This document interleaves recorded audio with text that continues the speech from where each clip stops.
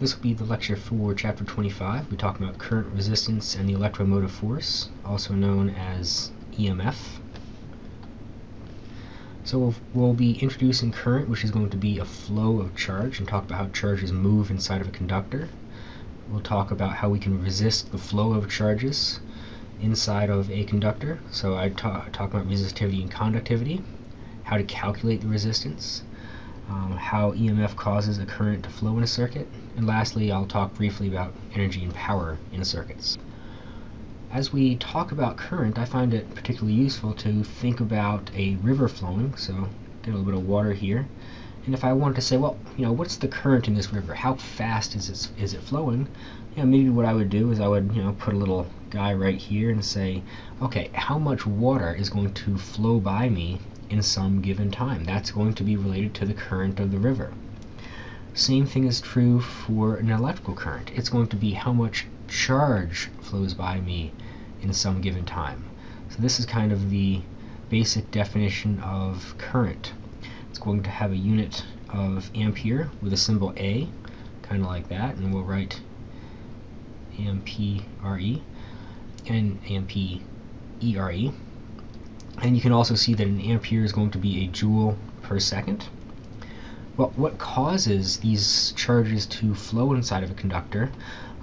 What's going to cause them to do so is going to be an electric field. So here I'm going to have say a copper wire. Copper wire is a good conductor. Electrons can flow very easily in this guy. If we put an electric field, say, in that direction right there, then this electron is going to feel a force in the opposite direction, because force is equal to charge times electric field, and this charge is now going to flow. Essentially what it's trying to do is it's trying to get rid of the electric field. You might be saying to yourself, well, suppose there is no electric field, don't electrons move around? Yes, they certainly do. Up on top we're looking at a conductor that doesn't have an internal electric field, and electrons are certainly moving. They're certainly moving very, very, very fast, more like on the order of 10 to the 6 meters per second fast. However, they're not moving in any particular direction. We can say they're moving kind of in this random path. So electrons are going to go here, and then here, and then here, and then here, and then here, and here, just moving in totally random directions. They're going to have some drift velocity, kind of like that, which is going to be on the order of 10 to the minus 4 meters per second. So electrons are not going to be moving very fast in one direction or the other specifically without an internal electric field. We can get current flow by either the flow of positive charges or negative charges, and what we do is we treat conventional current, the direction a current is flowing, as the flow of positive charges. So if you take a look at a wire right here and you say, I've got a bunch of positively charged or positive charges here, they're moving in the same direction as the electric field, that is going to be the direction of my conventionally defined current. However, in reality, the moving charges for all the metals and stuff we're talking about are going to be electrons. It's going to be negative charges. And so these electrons are going to be moving in the opposite direction of the electric field. The current is going to be opposite to the flow of the electrons. It's going to be the direction you could imagine positive charges flowing in that electric field. Now, I realize that is a bit confusing. You can actually thank Thomas Edison for that. He is the one that discovered electrons. However, he thought that they had a positive charge. We later learned that electrons have a negative charge. Still, the flow of current is defined to be the direction of positively flowing charges. So we've talked about how current is going to be the flow of charges. Very typically we'll write current is equal to the flow of charge per unit time, and we conceptually think of that as the flow of positive charges kind of coming away from this battery, going through some section of wire right here. So my current here would be in that direction. We can think of the positive charges as having some now drift velocity that is not zero as it was when there was no electric field. Here we have some electric field driving these charges. But really, if you think about it, wires are going to have different sizes, diameters. We really need some standard between wires of different sizes. We want to describe a copper wire by one number. So it's actually very convenient to define a current density, which is going to essentially be the current divided by the area of the wire. Essentially that's just dividing out the size of the wire. Now what we can do is we want to perhaps write this in terms of the drift velocity of the charges. And so what we can do is we can say, let's take a look at a volume right here, or some area with some distance associated, where the distance is going to be the drift velocity multiplied by the time, and we say what is the total number of charge that's flowing through there, or what is the total amount of charge that's flowing through there. Well, first that's going to be the number of carriers n multiplied by the charge per unit carrier, and then essentially it's going to be the volume enclosed by my little cylinder there. It's going to be the drift velocity multiplied by time multiplied by the area. That's going to be a dt. If we go ahead and divide both sides by dt and we cancel that time there out, we now have an expression that looks a lot like our expression for current. So that's going to be my current. I go ahead and I plug that guy back in right here, and we can see that this current density is going to be related to the number of charges multiplied by the charge multiplied by the drift velocity of my charge carriers. Now we use this idea of current density when we introduce the concept of resistivity. Resistivity is going to be the ratio of the electric field in a material to the current density. So it's kind of given by this equation right here, where you see it's just the ratio of the two of those guys, Greek symbol rho. It's going to have a unit of ohm per meter. Ohm is that capital omega right there. And really what we're kind of talking about here is how much material is going to resist the flow of charges through it, hence resistivity. You can see why we don't want it to depend on the surface area of the wire. We don't want it to depend on the size of the wire. This is an intrinsic property of the material. The conductivity is something you'll also hear about on occasion. That's going to just essentially be 1 divided by the resistivity. Obviously, if an object is highly resistive, it's going to have a low conductivity, and the vice versa is true. If an object has a very high resistivity, or if it has a very high conductivity, it's going to have a very low resistivity. We can kind of take a look at various substances and take a look at their resistivity. Resistivity is going to be the intrinsic property of each material. Silver is going to have something times 10 to the negative 8th.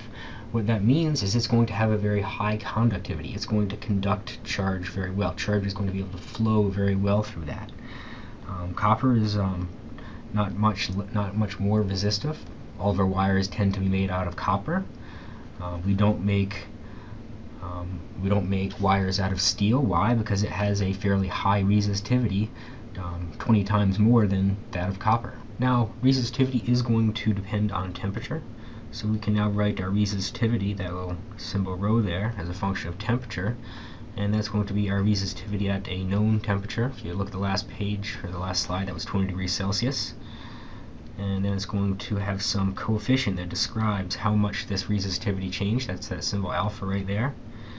And then this is going to be the temperature that you're operating at minus the reference temperature. Very typically that reference temperature is 0 degrees Celsius, but on the last page it was 20 degrees Celsius, so we can say we know this from the table on the previous page, and we know that was 20 degrees Celsius. We're operating at some different temperature, and we can go ahead and calculate what our resistivity is at that different temperature. One thing I forgot to mention on the last slide was we have objects that have a very low resistivity, conductors. Metals are good conductors of electricity. They're also good conductors of temperature. We have semiconductors, which are going to have a resistivity that is somewhere in between insulators and conductors. It's interesting that the resistivity is going to depend differently for metals, conductors, and semiconductors. Essentially, for metals, as you go up to higher and higher temperatures, the resistivity is going to go up. Semiconductors, as you increase the temperature, then the resistivity is going to go down.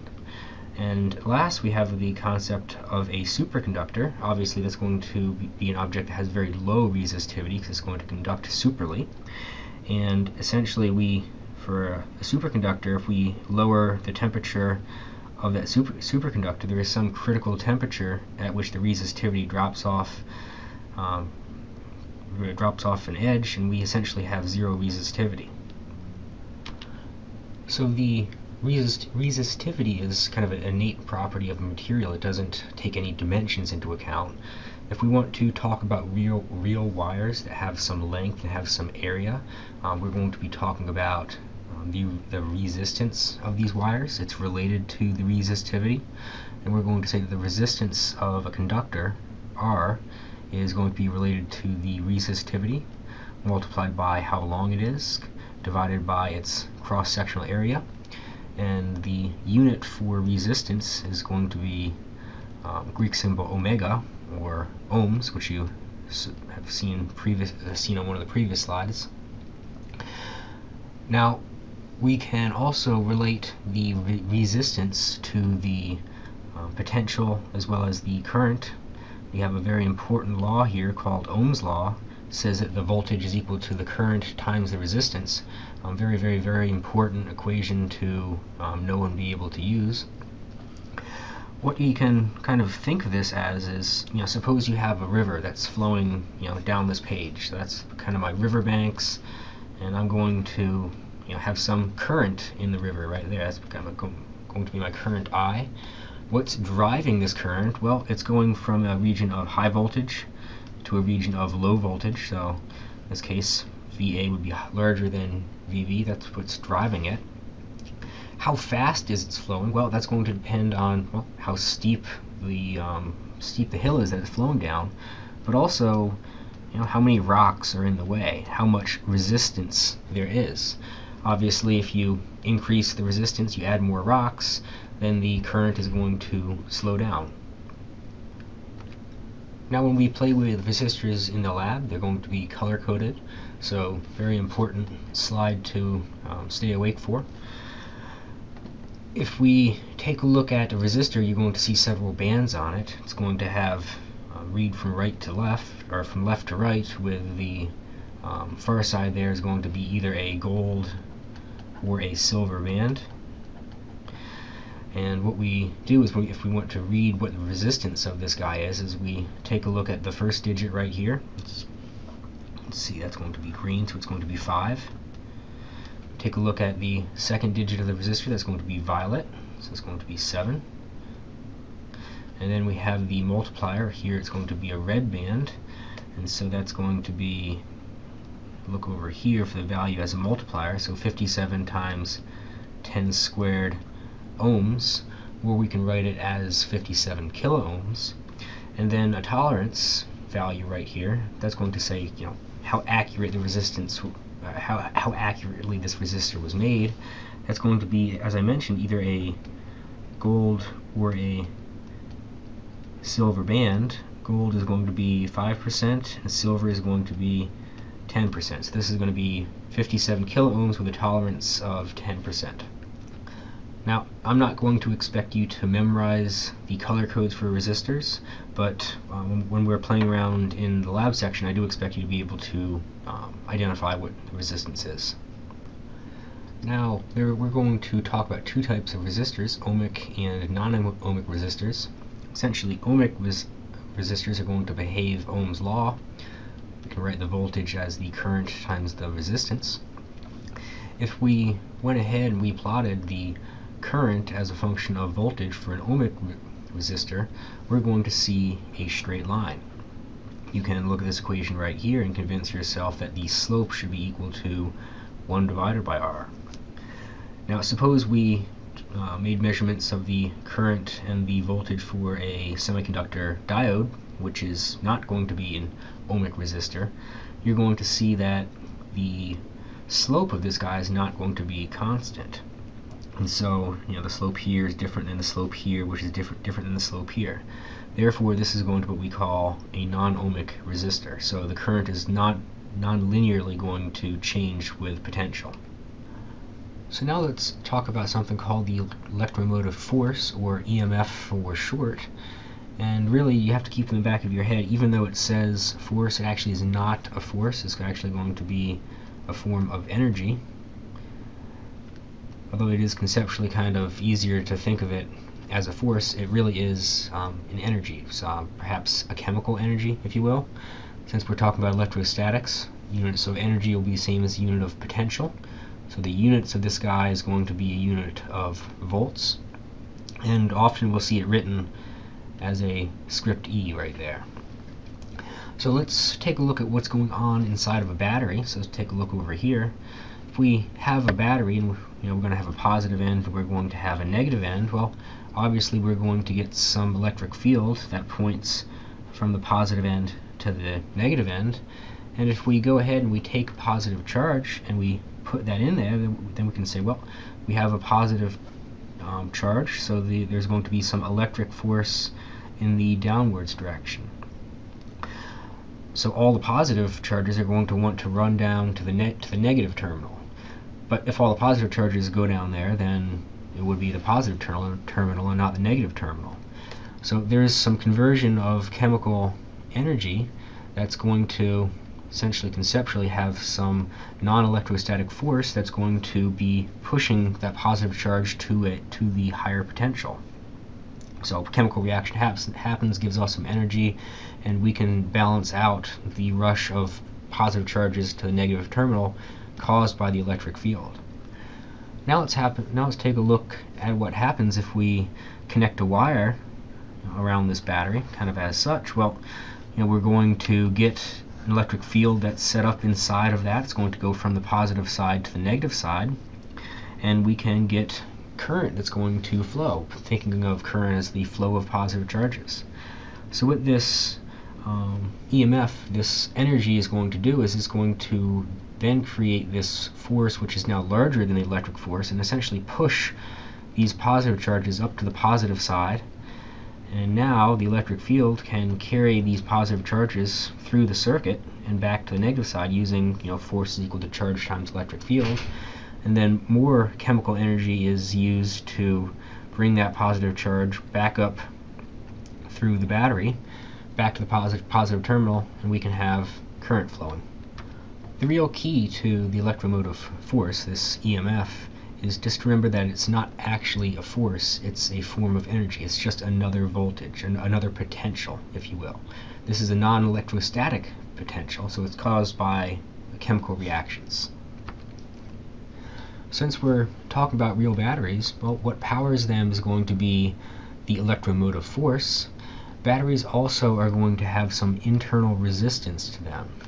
So if you take a look at, say, a 12-volt battery and it's powering some circuit, you got some current flowing from one side to the other, I've got a positive end, I've got a negative end. If I went ahead and I measured this 12-volt battery as it's rated, put a voltmeter across that, and I'm actually going to measure a voltage, maybe it's, say, 10 volts. What's happening is this internal resistance is eating up some of my potential energy. We can write how much it is using Ohm's law. Voltage is equal to current multiplied by the resistance, so it's going to be a little r right there. And we can then write the terminal voltage, that's the voltage that you measure, to be equal to the EMF of the battery minus the current multiplied by the resistance. So essentially we've taken off the voltage drop inside of the battery with this equation right here. Now we've covered enough of the nitty-gritty to actually start taking a look at circuits. So very important slide to keep in your head is some of the symbols that you're going to see in these circuit diagrams. You're familiar with the conductors from talking about capacitors already. Resistor is going to have a little squiggle guy right there with a resistance written right next to it. This is going to be a battery or a source of EMF. And this is going to be an ideal source, not going to have any internal resistance that I've already talked about. The positive end is always the larger side and the negative end is always the shorter side, so that's going to tell you which direction current is going to flow. We can write a real source of EMF having an internal resistance, kind of, you can see how we've got the resistor built into the EMF source. And lastly, we have a voltmeter, which is going to be a V, and an ammeter, which is going to be an A. One thing to keep in mind is the difference between a voltmeter and an ammeter. A voltmeter is going to measure the potential difference between its terminals. Ammeter is going to measure the current flowing through it. Keyword is being through it. What that means is an ammeter is always going to be needed, or is always going to be hooked up in series with what it's trying to measure. It's measuring the current flowing through something. Series being, what we talked about with capacitors. A voltmeter is going to measure a potential difference between those two terminals. What that means is a voltmeter always needs to be hooked up in parallel to what you're trying to measure.